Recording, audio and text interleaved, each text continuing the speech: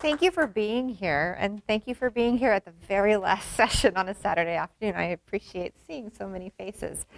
Dr. Amy Schulting is a colleague and a dear friend, and we were so excited to be accepted to present. And then she got double booked with, she's at her own professional development training in Texas.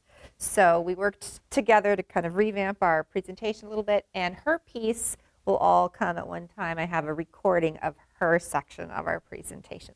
So I'm going to get us started, and then we'll transition to Amy's piece, and I'll come back to you.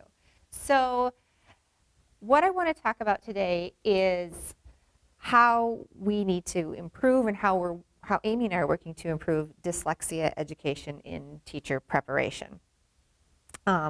We have developed a collaboration over a number of years, and so I'm going to be sharing about that. We'll address some misconceptions, and then I'm excited to share with you some of my own students' voices about how our collaboration is impacting their learning, and then wrap up with sharing a blueprint if this is something you would like to try to replicate. So I know I'm not telling you anything you don't know. Dyslexia affects up to 1 in 5 students, but many, many, many educators enter classrooms without knowing a single thing about dyslexia, or they maybe have a very limited understanding of dyslexia or how the brain learns to read. And our goal is to really shift that.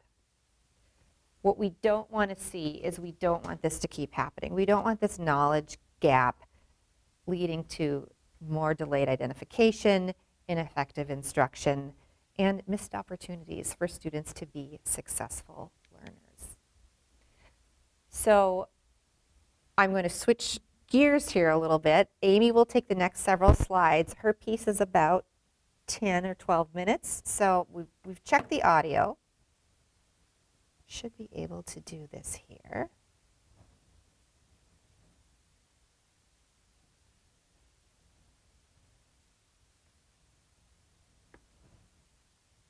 Okay, select a tab like this.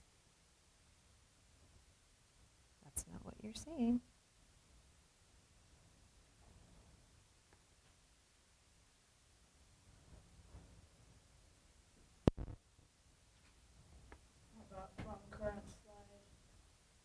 Yeah, I want to get out of the, maybe I just need to minimize the PowerPoint. Yeah, minimize the PowerPoint. That's probably all I need to do. Took me a minute. No, but it's still, that's. Are you airplaying the thing? I. The airtime thing? Yes, that's what they told me to do. Stop and Okay. then redo it in that current. So should I, Just hit that. this one here? Stop sharing. Okay. And then, this was all new to me, so. Okay. I'll just let you. Good to have help. Yes, very grateful for it. Oh, and now there's another code. So we're going to have to do, Oh. we had it all set up before we started, but. The same exact thing happened to me when I presented. Oh, so good, the second thank I you. started going, things went all haywire. Okay. And the last presentation has the same thing happen, so don't worry. Thank you. So we have to enter another code Yep. again. Get out of this. Where's that lady that helped me with that? 4H. E4E. Oh, it didn't go because my number lock wasn't. Okay. It's good, okay. 4H. Thank you. Share screen. Right. We might need more help again when I jump back. You'll just have to do the same exact thing when you flip. Right, which I'm totally on here. Don't worry about it. It's the video recording. Yeah, is that it? I think so. Let's try it. Yes, that's it. We'll play and then I'll maximize. Thank you. So the Department of Education, and I'm thrilled to be presenting with my colleague and friend, How do Dr. I- Erin Gillett. I'm just sorry that I wasn't able to be there in person with you all. So I'm going to talk now about the history of literacy and dyslexia statutes in Minnesota. So there's a long history of advocacy among dyslexia parents and educators and advocates to support our students with dyslexia. In 2011, Districts were required to identify before the end of each grade, K to 2, students who are not reading at grade level, and this was part of the Read by Third Grade Statute 120B12. In 2015, the definition of dyslexia was added to the Minnesota statutes, and then the following year, in 2016, district efforts to screen for characteristics of dyslexia was added, and that these efforts must be reported to MBE, and that students identified must be provided with alternative instruction. Then in 2017, the requirements further expanded to include students in grades 3 and above who were demonstrating reading difficulties. In 2017, the statute also included the requirement to hire an MDE dyslexia specialist, which is when I started in this role. In 2019, students in grades 3 and above are required to be screened for characteristics of dyslexia, specifically in a locally determined manner. And then also in 2019, teacher prep programs must include training on dyslexia for their pre-service teachers.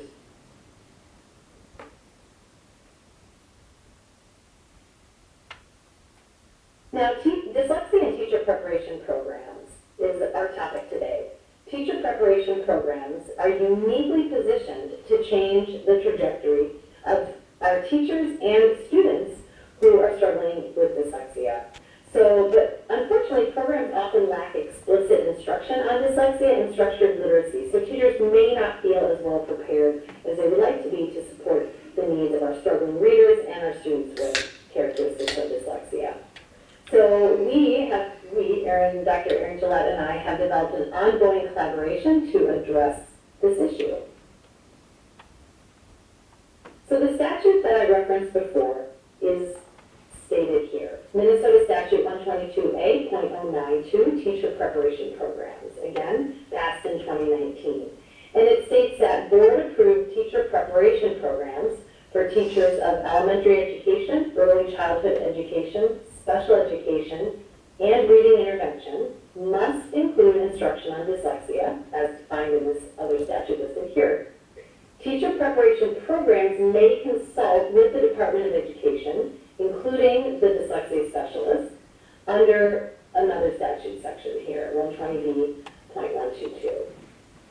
And the goal would be to develop instruction on dyslexia, and it must be modeled on practice standards of the International Dyslexia Association and must address the following: the nature and symptoms of dyslexia, resources available for students who show characteristics of dyslexia, evidence-based instructional strategies for students who show characteristics of dyslexia, including the structured literacy approach, and outcomes of intervention and lack of intervention for students who show characteristics of dyslexia.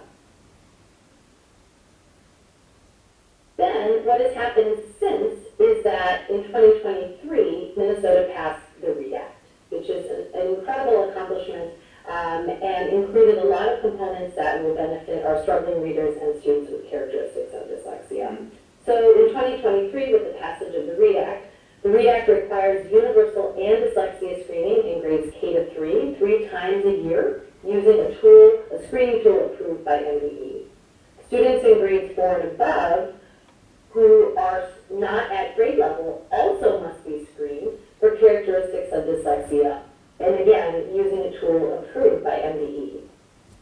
The implementation of this is as follows. In the 2024-25 school year, K to 3 universal and dyslexia screening using an approved tool begins. And that is the year that implementation began.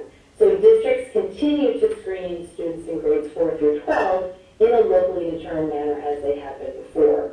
Then in the current school year right now, that we're concluding 2025-26, screening for characteristics of dyslexia using an approved screener is required in grades 4 through 12.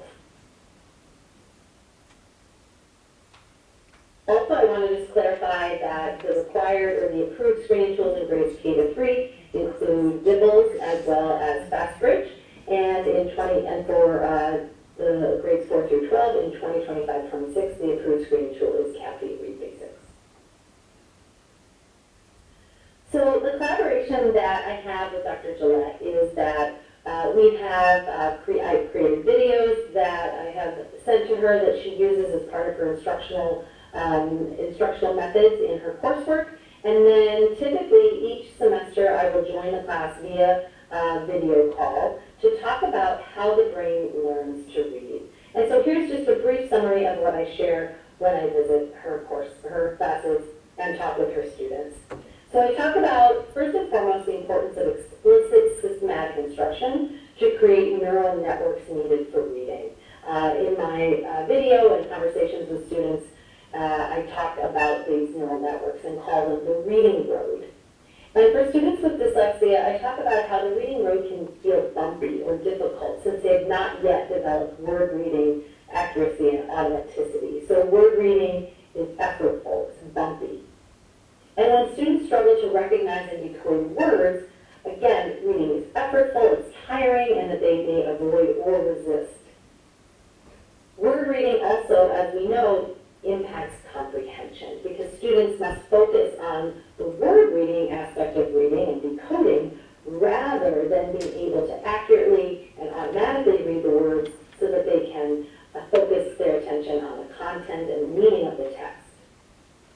And that the goal is to provide early identification and explicit instruction to smooth out the bumpy reading road into a superhighway of accurate, fluent reading. So again, I try to combine a basic overview of the neuroscience of reading along with examples and anecdotes that will allow the students to really understand what's happening, but also have a sense of the impact on students and what they may see when working with students who are struggling readers, and if they are potentially demonstrating characteristics of dyslexia. Another important thing that I share in my discussions with the pre-service teachers is I clarify misunderstandings about dyslexia. So I talk about how foundational and word reading difficulties associated with dyslexia have nothing to do with a student's cognitive ability or their academic potential, as this can be an area of confusion if a pre-service teacher is not familiar with dyslexia. I talk about students with characteristics of dyslexia. I emphasize that they can become proficient readers, absolutely, with effective instruction and intervention. But that typically it takes more teaching, more time, and more practice for them to meet that expectation of grade level proficiency. I also talk about that students with dyslexia can demonstrate strong academic skills in other content areas such as math, science, and social studies, especially when they're provided with access to accommodations such as extra time and assistive technology, while also making sure struggling readers are receiving intervention to increase their word reading skills. And another important point that I like to share is that red flags for dyslexia may be present as early as preschool. In addition, I also share my personal experience in the world of dyslexia. I share my experience as a parent of a child with dyslexia. I describe early red flags. I describe the interventions that are effective and the outcomes that one might see. I emphasize the importance, first and foremost, and always emphasize the importance of setting high expectations for all of our students and providing access to grade level content in science, math, history and social studies, etc. I share the critical impact that teachers can make for students with dyslexia or characteristics of dyslexia in their classes once they graduate and become a licensed teacher and are in the classroom. And these are the types of details that help teacher candidates begin to understand the experience of dyslexia from the student and the family perspective.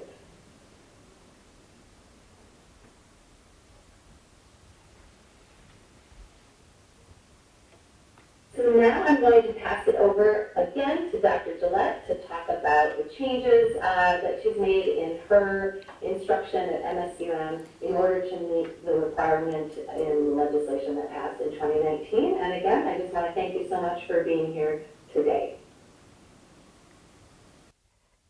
You heard a summary of what Dr. Schulting shares with my students and with me when she speaks to my classes, but this didn't all start the way it is now. So what I'd like to do is just give you a little bit of background and history about how I started on this journey. So the classes I teach at MSUM are a 200 level Foundations of Language and Literacy course and a 300 level Literacy Methods 1 course that focuses on primary grade methods. And when this dyslexia statute became law in 2019, my first reaction was panic.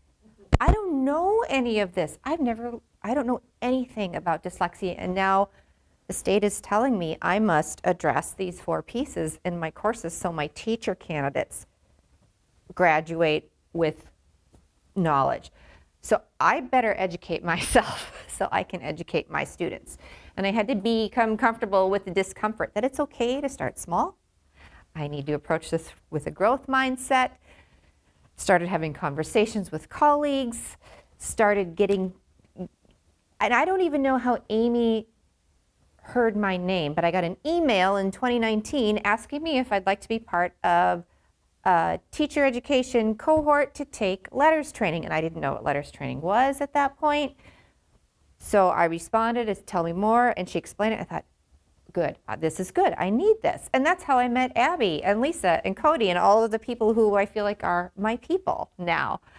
So I started with letters training, and when I went through letters training, it took a whole year, and then COVID happened, so some of it was in person, and then the rest of it shifted to virtual. Amy was one of my facilitators, and she did such a beautiful job explaining how the brain learns to read. She used something called the fisty brain to explain it. She talked about the reading road, and I thought, gosh, I want to explain this to my students, but I don't know that I'm capable of doing this yet. I wonder how I can get her to help me. How can we benefit from her expertise? I don't know if you mind if I ask a question. No, please. Okay. So I've been in rooms where people are having this conversation, and can you explain for the people in the room who aren't professors why this body of knowledge kind of missed the professors? Or maybe you're getting to that later. I will summarize it. I am not getting to that later. I didn't go there. So the question for our friends virtually is, how did all of this knowledge about the science of reading, how did all of this research miss teacher educators who are professors in higher education? So short answer, I think a lot of the research was being done by people in school psychology and educational psychology, cognitive scientists, neuroscience. And over here, teacher ed wasn't listening to that kind of research, wasn't probably even exposed to it, and we were all looped into whole language and balanced literacy because that was ubiquitous in school districts across the United States, Canada, Western European countries. Yes, thank you. Across the United States and Canada and Western European countries. It came from Australia and New Zealand, and it was everywhere. And we didn't know, for better or worse. And that's my best short answer. I'm not really sure exactly why, other than we weren't having these conversations across professional disciplines. And that's really a shame. But that's a big part of it. Thank you. I'm glad you asked because I didn't think to bring that piece in. So as I was thinking about what I learned from Dr. Schulting during my letters training, I thought, well, maybe I can ask her to record a video or two. And she graciously said, sure. How about if I do two? I said, wonderful. Give me one on the reading road and one on your fisty brain model, where she showed students how if they hold their right hand with their thumb tucked in, it looks sort of like the left hemisphere of your brain, and then talk through the different processors of the brain. So I have been using those videos since 2020, now for 6 years, in my Foundations of Language and Literacy class, not to introduce them to dyslexia, but to introduce them to how the brain learns to read. And I use them near the beginning of the course when I start introducing the simple view of reading and Scarborough's reading rope and Seidenberg and McClellan's 4-part processing model. So they're learning about these models of reading, and then here comes somebody on a screen who can explain it in a really easy to digest way. So I continued to look for resources that I could bring into my classes in addition to working with Amy. And some of the resources that have been really important in my growth and that I now use with my teacher candidates come from, I want to make sure I say it right, the Tennessee Center for the Study and Treatment of Dyslexia. And so I imagine all of you are familiar with Dr. Tim Odegaard, who was the keynote speaker at the 2024 IDA UMB conference. And he is the director of the Tennessee Center for the Study and Treatment of Dyslexia. He's recorded a number of videos, so my students watch a video of him. They go to that website and I share PDFs that they have created to share with families, to share with educators. There's a whole section of educator resources. So that's been a really rich resource for me. I found on YouTube a CBS Sunday morning feature. It's about 9 minutes long. I think it's from, I don't remember if it's 6 or 7 years ago now. But because it's done by a journalist who's good at telling stories and bringing different voices around the topic of dyslexia together, that's another great resource I show in class. And we stop and process different pieces of it because they have already learned a great deal. Now, I show that one in my methods course about how the brain learns to read, about structured literacy, about the potential consequences for individuals with dyslexia if they don't get the support they need, because that video really goes into that. And then, of course, Emily Hanford's podcasts. I can't ask my students to listen to all of them, but we do listen to a number of them across the 2 courses. So as I grew in my own knowledge, I was able to look across both of my courses and really build learning experiences for my teacher candidates. And then I asked myself, well, if these videos with Amy have been so successful, how could we go deeper? Would she maybe be willing to come to my class via Zoom as a guest speaker? And she said yes. And so we tried it out, and it went really well.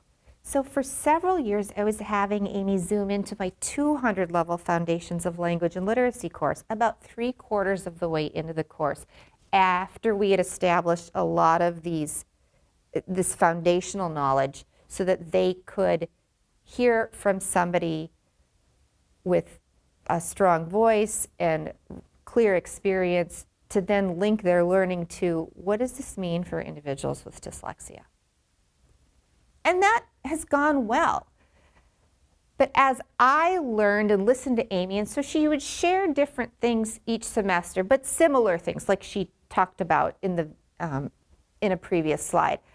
I was learning to better prepare my students for Amy's visit so they could ask better questions. And now they're exhibiting really good professional curiosity and going into greater depth. And so last spring I realized I think I want her to come to my methods course instead of my foundations course.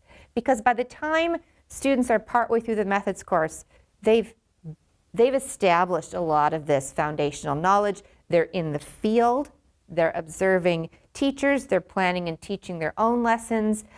I've introduced them to the READ Act, and I think it might have a better impact. So that's where we are now.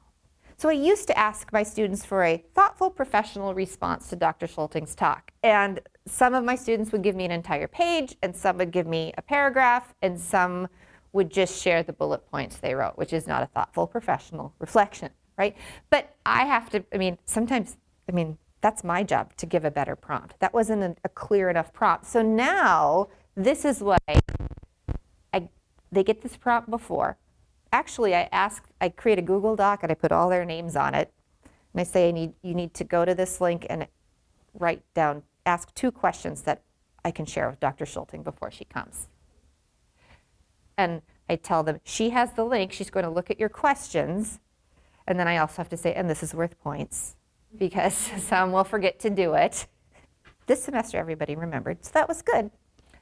And then they get this prompt before her talk. I say, imagine this is what you're going to write about afterwards, so keep this in mind. So that's that setting a purpose for listening, setting a purpose for viewing.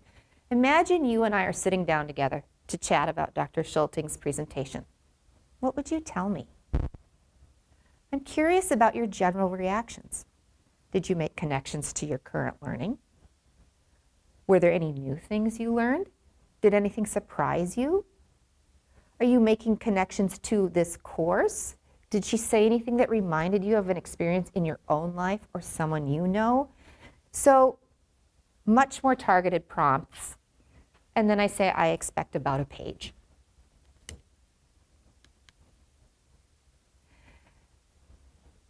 And this is the piece that has become so powerful. So every semester they turn this in and I read them all, and then I share probably between 8 and 15 with Amy, because they're not all outstanding, but a lot of them are really, really impactful. So you can read that. But what I love about this is it helps Amy know all the things that she shared that had an impact on these pre-service teachers. Because unfortunately, she can zoom in and I can project her on the screen, but I'm not always in a classroom where I can navigate the camera so she can even see a large picture of the room of who she's talking to. A lot of times she's just looking at my face. So this gives her, I guess, affirmation or reaffirms that what she's sharing is sinking in.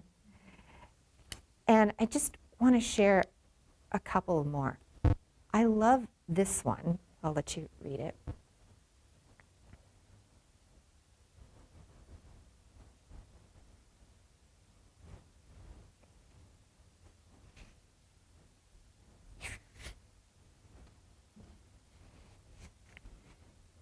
Because what Amy and I have learned based on comments like this, and this is not the only one we've seen that refers to the READ Act, it's just a really good example, that Amy's ability to explain the READ Act clearly is reassuring my teacher candidates that things in Minnesota are on the right path, that things that they are learning in their undergraduate program are going to absolutely prepare them to go out in the field and do right by kids, teach children how to read.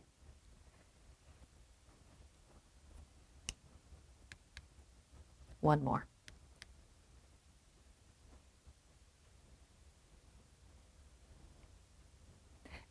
And this reaffirms me. At the beginning of Dr. Schulting's presentation, I began thinking about how much knowledge I have already gained from this course so far. I felt reassured in the knowledge I have of this content that I am retaining. When she was providing information about dyslexia in the beginning, I was thinking to myself, I've already learned this, and I understand it now. So this is helping us see that this ongoing collaboration that we have is building students' content knowledge, their background knowledge, and their capacity to think about what I know about the reading brain, to think about the learner, to think about structured literacy instruction, and how to meet students' needs, and what happens if I don't. What are the negative outcomes if we don't do this well? So now my students are entering this conversation with Dr. Schulting from a much more informed place. She doesn't have to go through the reading road in depth again. She can kind of refer to it and it triggers because they've heard that and talked about it and I've reiterated it before. And now she can explain more about the ins and outs of the READ Act, and they can ask her questions about assessments and about how does the screening process work? And it's just it's exciting to see how much they are learning because of this collaboration. So if we want to strengthen dyslexia knowledge and teacher preparation, these are sort of the 3 buckets we would put this in. Clearly, we have to redesign coursework. And in Minnesota, we are well on our way to doing that, in large part because of Abby's work with her dissertation study that pointed out the places where we weren't hitting the mark. And now Pelsby has audited all the reading syllabi for all the teacher prep programs in the state of Minnesota, and changes are being made. So that coursework needs to include reading models, structured literacy instruction, in depth. What does that mean? What does it look like? Screening, intervention, and what I would, basic's not the best word, but maybe basic content knowledge about dyslexia. And then also helping candidates understand that whether or not a student has a formal clinical diagnosis, it's all about, are they demonstrating characteristics of dyslexia? And we need to help all kids. I would invite people to include a presenter, and it could be lots of different voices, but to give that face and voice to dyslexia. So it's not just about the reading brain and the struggle with phonological processing, but share somebody's story. And then that field experience, which if you were in here the last hour, spent a lot of time talking about that. Any opportunity we can give to our candidates to work directly with children to help them grow as readers.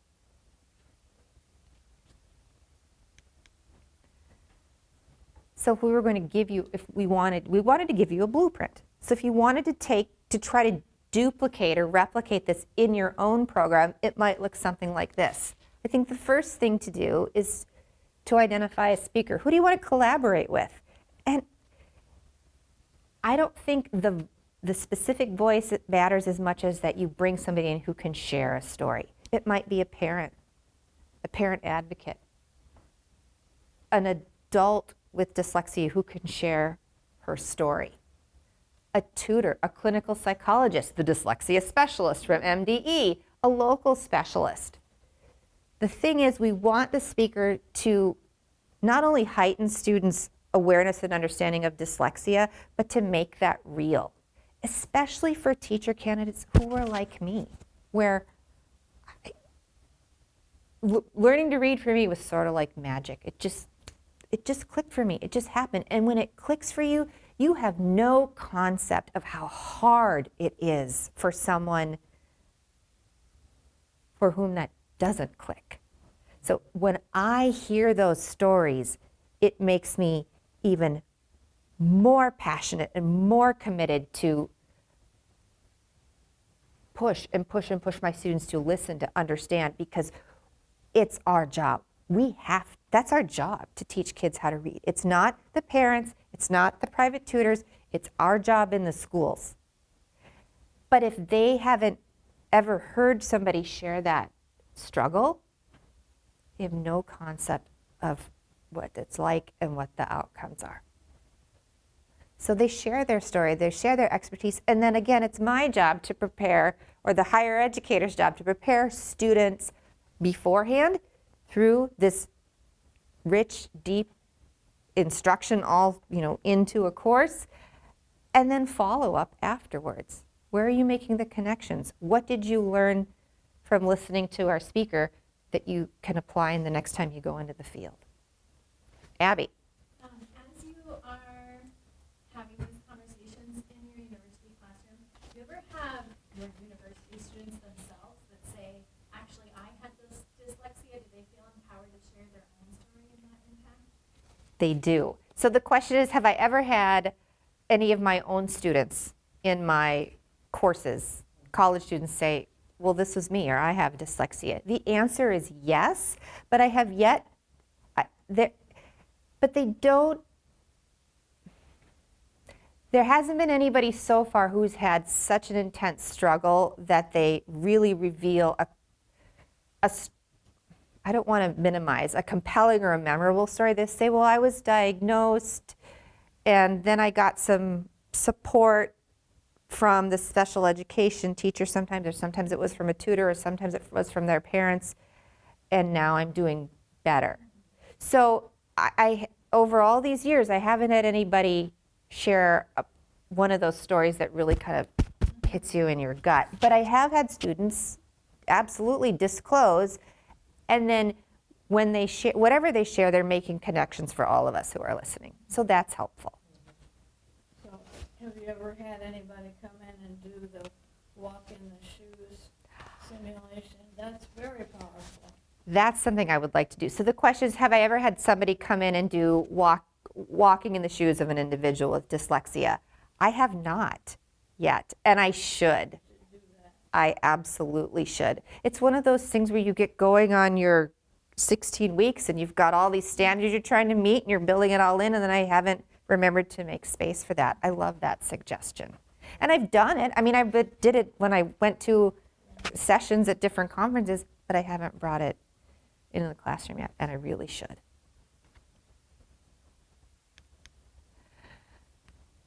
So we'll have plenty of time for questions, or if you're just done, that's okay too. You're tapped out, you're maxed out, you're what I call saturated. Wrap up early. But what I hope you leave with is that when we share our expertise, then teachers are better prepared, and then students with dyslexia are better served. And that's what I want to happen. I don't want any of the students who graduate from my programs to feel like they're out to sea and not know what to do, or not know what to try, or who to ask, or what resources to go to. I want to equip them with as much knowledge and pedagogical expertise as possible for somebody who hasn't done it a whole year once yet to get started. And that couldn't happen without the collaboration I have with Dr. Schulting. So I'm really grateful to her that she's willing to make space every single semester, twice a year, every year, to Zoom in at whatever time my class is, because it's not the same. So I'm very grateful for that. So thank you. Thank you. Are there any questions? They want to get a hold of you, Dr. Gillett. Oh, yeah, absolutely. I can share. My email is on the early slide Oh, okay. with both of our photos and our little bio. Good. And then I'm happy to share that too. And there's a code to scan on the door if you want to access all of the presentations Oh, great. from the whole conference. So, and I think they might be, Where is that? the, Is it it was this morning, right here. on the posters? Oh, it's gone. Right there. There's probably one downstairs. I would assume it's on the. Yeah. No, it's on there. There we go. Would you just There you go. It's right there. And I think we get it as part of our registration as well. I think it'll be sent to us. Yes. Dr. Gillett, thank you very much. It is just so heartwarming to hear of, professionals like yourself who have that openness and that growth mindset to look at this information and data and to admit your vulnerabilities and lack, like we don't exactly know, but let's start today and go forward. And it's making a difference. You are the change, again, another level of change for our students and our families. And Well, so really, thank you very much. Really. that's kind of you. Yeah. The, No, pa- sincerely, it's just so important. the parent advocates have been the fierce mama tiger leaders. They're not all mothers, but in this, and Many of them are. yeah, Mostly. right. And I mean, how many decades have you been fighting this fight? And we're finally collectively, we're finally listening and taking some action. But that's true of all, at least special education, even the earliest rights and for our students in school and inclusiveness.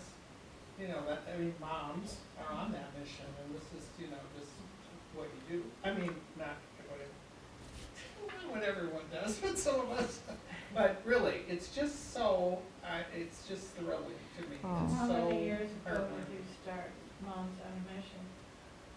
How many years ago? Well, she's 37. Amy talked about Moms on a Mission in my class, and were you one of the founders? Susan Oh. Thompson and I have matching shirts. Oh my I God. have to ask her if hers is still in her closet, because I found mine already. I love But no, that. yeah. But I mean, you know, there was a whole, I mean, and we weren't the first I mean, No, but what I'm hearing is that we should have you in as our guest speaker. Mm-hmm. no, I would love that. Like, and- There's, yeah. And we have 30, you know, we have, I mean, my daughter's 37, and her peers all had, I mean, she has stories, I'll tell you, Oh, yeah. because, but now, hopefully less. But I didn't really want to get the focus on me. No, I really am grateful, and Oh. you know, people have to be, like you said, you know, it's risky, it's vulnerable for you. You have to reach out, you have to take risks, you know, you have to be in a growth, I mean, Yeah. it's not, you know, I think it's been fun to see the professors come along with it, because in the Yeah. morning, there was, or in the morning, in the beginning, there was quite Just a early bit of today. resistance. Yes. And now I think we're down to 3 resistors, and pretty much the rest of the state has come along 3 resistor to the schools, science of reading. schools or professors? 3 professors. Like 3 individuals. 3 individuals in the state? I wouldn't have known that, so later I'm going to ask you about that. That's just my guess from being a little on the nosy side. 3 in the But- state, Yeah. out of and what number? I'm sorry, I'm There's shocked. over 100. Yes, Oh my because you know what gosh. they're seeing is the real progress in the schools. Yeah, They're seeing the schools change. They're Wow. watching their practicum students Yeah. and Yeah. student teachers, yeah, and they're seeing like, oh wow. yeah. So I think we're down to 3 resistors, but Wow. those 3 are pretty patchy. Wow. Well, You have to retire sometime. I was interested in your other presentation because providing those clinical experiences or whatever the word, you know, Yeah. is so important Mhm. that they can go into a building where they're getting support. Yes. Um, We're lucky to You have. live to see it, Chris. You made it. No, it Yeah. is really, so thank you very much. Wow. And I know you have colleagues that are doing, well, I had no idea I said hi. That's incredible. I mean, because of all the advocacy work you all have done, I mean, the statute says that we must teach about structured literacy, so these professors have had to learn. Yeah. Well, I mean, I wouldn't have even known to turn that corner if it hadn't been for the dyslexia statute. And then by the time the READ Act came around, I was all in, and yeah, Yeah, well, it's great. yeah, we're really lucky. And this is very, yeah. Thank you again. Thank you. Thanks, everybody.